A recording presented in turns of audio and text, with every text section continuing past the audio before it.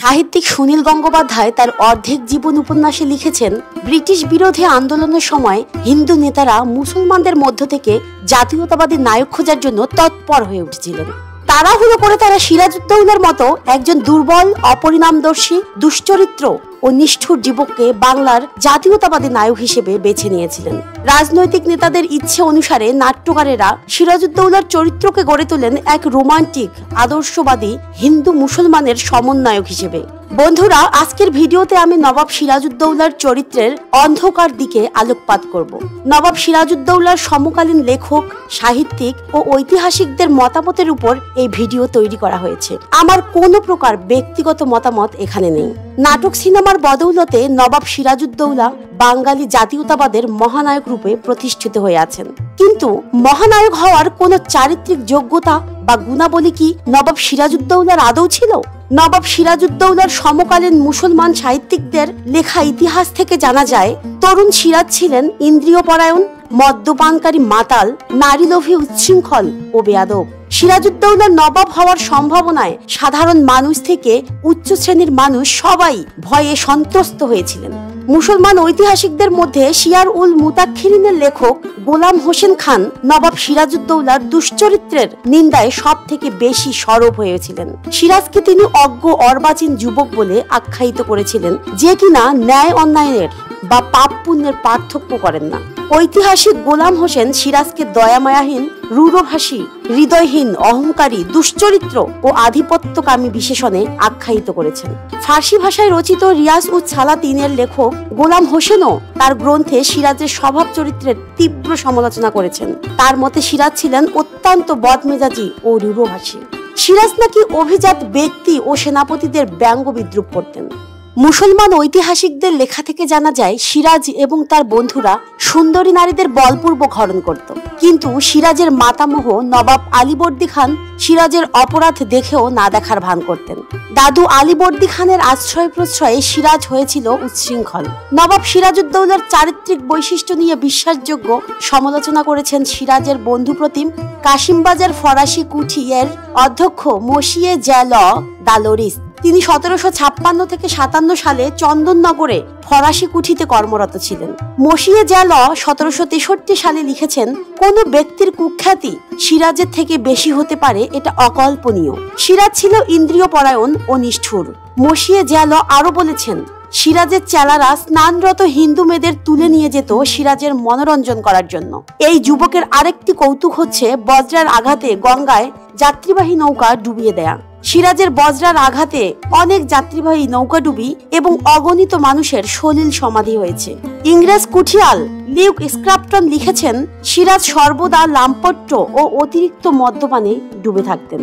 ইংরেজরা না হয় সিরাজের শত্রু ছিল, কিন্তু বন্ধু ফরাসি কুঠিয়ার প্রধান মসিয়ে জ্যাল এর লিখিত ইতিহাস প্রমাণ করে সিরাজ সত্যিই ছিলেন লম্পট এবং চরিত্রহীন।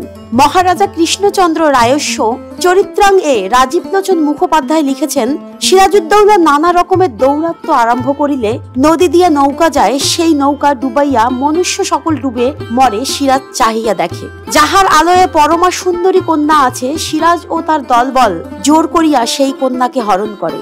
যে স্ত্রীর গর্ভে সন্তান আছে, তার গর্ভ চিরিয়া দেখে কোথায় সন্তান আছে। পণ্ডিত মৃত্যুঞ্জয় বিদ্যালঙ্কার তার রাজাবলী গ্রন্থে লিখেছেন, বিশিষ্ট লোকেদের ভার্যা বধূকন্যা জোর করিয়া হরণ করা, গর্ভবতী স্ত্রীর উদর চিরিয়া কৌতূহল নিবারণ করা এবং জোর করিয়ে নদীতে নৌকা ডুবিয়ে দেয়া ছিল সিরাজের কার্যকলাপ। বিশিষ্ট লোকেদের ভার্যা হরণের প্রসঙ্গে বিশেষভাবে উল্লেখযোগ্য তারাসুন্দরী উপাখ্যান। নাটোরের বিখ্যাত রানী ভবানী তার অকাল বিধবা পরমা সুন্দরী কন্যা তারা দেবীকে নিয়ে মুর্শিদাবাদে বসবাস করতেন।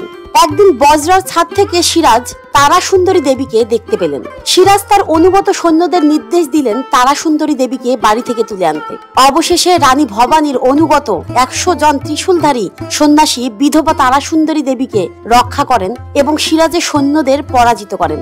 তখনকার মতো বিপদ কাটলেও রানী ভবানী তারা সুন্দরী দেবীকে মুর্শিদাবাদে রাখার সাহস পাননি। পরিকল্পিতভাবে তারা সুন্দরী দেবীর মৃত্যু সংবাদ রটিয়ে তারা সুন্দরী দেবীকে মথুরার জগৎ শেঠ ভবনে পাঠিয়ে দেওয়া হয়। নবাব সিরাজউদ্দৌলার জীবনীকার অক্ষয় কুমার মৈত্র এই ঘটনার সত্যতা স্বীকার করে নিয়েছেন। এই ঘটনা প্রমাণ করে সিরাজউদ্দৌলার উপর আরোপিত বধূ এবং স্ত্রীলোক হরণের অভিযোগ সত্যি। ঈশ্বরচন্দ্র বিদ্যাসাগর ছিলেন এক মহান বাঙালি।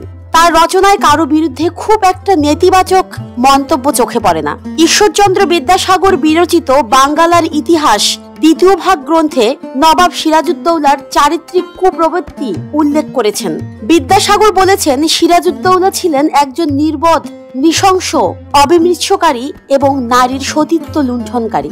সিরাজ কোনোভাবেই সুশাসক ছিল না। বিদ্যাসাগর আরো বলেছেন, সাম্রাজ্যবাদী ব্রিটিশদের কাছে সিরাজ পরাজিত না হলেও দিল্লির মুঘল শাসকরা সিরাজের নবাবি কেড়ে নিত। বিদ্যাসাগরের কথার সত্যতা পাওয়া যায় সিরাজের সমসাময়িক লেখক ইউসুফ আলী খানের তারিখ-ই-বাঙ্গালা গ্রন্থে। সিরাজ সম্পর্কে ইউসুফ আলী খান লিখেছেন, সিরাজ এই পৃথিবীর সমস্ত রাজত্বে তৃপ্ত ছিলেন না। তার অত্যাধিক অত্যাচার ও গালিগালাজ প্রিয়তা এই দেশের সমস্ত সিংহের পিত্তকে পানিতে পরিণত করতে পারত।